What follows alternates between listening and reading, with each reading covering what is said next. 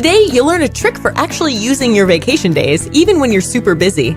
And the science behind why darkness is actually faster than the speed of light. We'll also learn about the hidden science of sand in a clip from the most popular interview we've done in the last year. Let's satisfy some curiosity. Did you manage to get away from the office this summer? Because it's healthy to take a vacation from work. Don't feel like you missed your chance, though, because we've got some advice from a time management coach that might help you use up those vacation days and stay sane at work. I like it. Yes, I feel like I need to take this advice. I feel like you do too, Ashley. Not that I don't like seeing you around the office. Sure. In 2017, 52% of American workers with paid vacation days left some of them unused. That added up to a whopping 705 million unused vacation days overall, or 2 million years, which is about how long it's been since humans appeared on Earth. And working too much has been linked with heart problems, mental health issues, and a decrease in work quality in general. But a recent study by Glassdoor found that worries about job security are the main reasons people don't take vacations. So what can you do? In an article for Harvard Business Review, business owner and time management coach Elizabeth Grace Saunders advocates something that's brilliant in its simplicity: micro vacations. That's when you get out of the office, but you use a day or less of vacation time. And even just one day comes with a lot of benefits. You won't have to find a replacement to handle your work. You won't come back to a mountain of emails. And you can do a micro vacation once every couple weeks. Nobody said you can only go on one big vacation every year. You might want to avoid taking a Monday micro vacation, since a lot of people send important emails on Mondays and you don't want to come back to a zillion messages in your inbox. But how does a 3-day weekend sound? Take off a Friday once in a while. And another big thing is that micro vacations can be free. You don't have to spend time making a vacation itinerary or spend money on plane tickets. If your job allows it, you could even take a half day to take a long lunch with a friend or catch a matinee of a movie you've been wanting to see. Whatever you do, don't lose your vacation days. You need a vacation. Trust us. The best employees take the most vacation days. That's true. You keep saying that to me. I don't understand why. Oh, I'm not going to say anything. Sand is one of the most important materials in human civilization, and we're running out of it. If you don't believe me, that's okay. We've got an expert who might be able to convince you. We recently had the chance to talk to Vince Beiser, author of The World in a Grain, the story of sand and how it transformed civilization. Here's what he told us. So we consume more sand than any other natural resource in the world, except for water and air. That's how important it is. I mean, I say in the book, it's the literal foundation of modern civilization, and that's no exaggeration.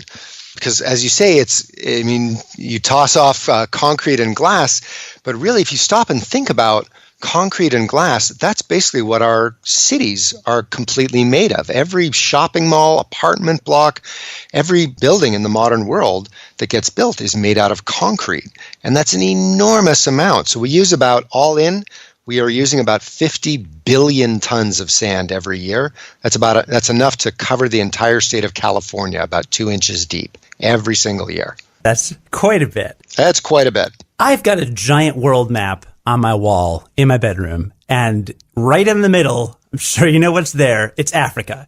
And right in the northern part of Africa, there's a big old desert. So how can there be a shortage if the Sahara exists? That's a really good question. And the answer is because that desert sand is basically useless to us. And the reason for that is the grains are the wrong shape. So desert sand has been eroded by wind over thousands or millions of years, tumbling and tumbling and tumbling and tumbling. And that has made those grains kind of rounded, as opposed to the kind of sand that you find in riverbeds or in lake beds, floodplains, even the bottom of the ocean. That sand tends to be more angular. It's got a lot more angles and corners to it, so it locks together the way that you need it to form a stable structure. So the thing that we use sand, by far the most thing that we use sand for the most is concrete. And to make concrete, you need those sand grains to lock together. And desert sand just is too round to do that. It's like the difference between trying to build something out of a stack of marbles as opposed to building something out of a stack of little tiny bricks. So all that desert sand, totally useless. In case you're new to Curiosity, you might not know that when we first launched our podcast, it was a weekly show where we interviewed scientists and authors from around the world. Well, backed by popular demand, we've been producing brand new feature-length podcast interviews for our supporters on our Patreon page. Before we get to our last story, I want to give a special shout out to some of our patrons. Thank you, Genevieve Moffat, Kim Braun, and Deus Bancomo for supporting our show on Patreon. We really appreciate it. If you love our show and you want to support Curiosity Daily, then visit patreon.com/curiosity.com, all spelled out. Any amount helps, and we try to give back by offering cool incentives like bonus episodes, uncut interviews, and fun conversations on Discord. One more time, that's patreon.com/curiosity.com. Hey, want to know what's faster than the speed of light? The speed of dark? No, really, it's a thing. Let's have a fun little physics lesson. And we'll preface this by saying, please don't get mad at us. We promise it's true, even if it's kind of hard to wrap your head around. Yes, this is the second time we've run this article, and we got a lot of emails about it before. And I have done my due diligence. This is absolutely for sure true. All right, here's how it works. Even though nothing can move faster than the speed of light, shadows can still move faster than the speed of light. Imagine you have a light that's powerful enough to reach the planet Jupiter. Okay, got that? Now imagine that it casts a beam in a cone that's broad enough to cover the entire diameter of the planet. When you pass your finger over that light, the shadow will cross the entire diameter of the planet. That's a distance of more than 86,000 miles. The speed of light is 186,000 miles per second. So if it takes you less than half a second to move your hand that distance, then that shadow will have broken the speed of light. Remember how we said that nothing can move faster than the speed of light? Well, that's the key. Shadows are nothing. A shadow is a not thing. Shadows are the absence of something, specifically photons or particles of light. Since there's nothing that's actually traveling the distance, the only thing that's moving is an area where photons aren't.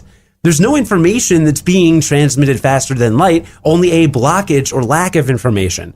That means your interplanetary shadow puppet show doesn't break any physical laws, which means we're right. And we hope you're not upset with us for this brain teaser, but we promise it's true. Another way to think about it is that the shadow only has the illusion of moving. It's actually the region that has light and has no light that is changing. Right. So it's not physically moving across the planet. Right. It just looks like it is. Right. You love this article, but you kind of hate it too, don't you? Oh, yeah. Oh, definitely. It's a love-hate relationship.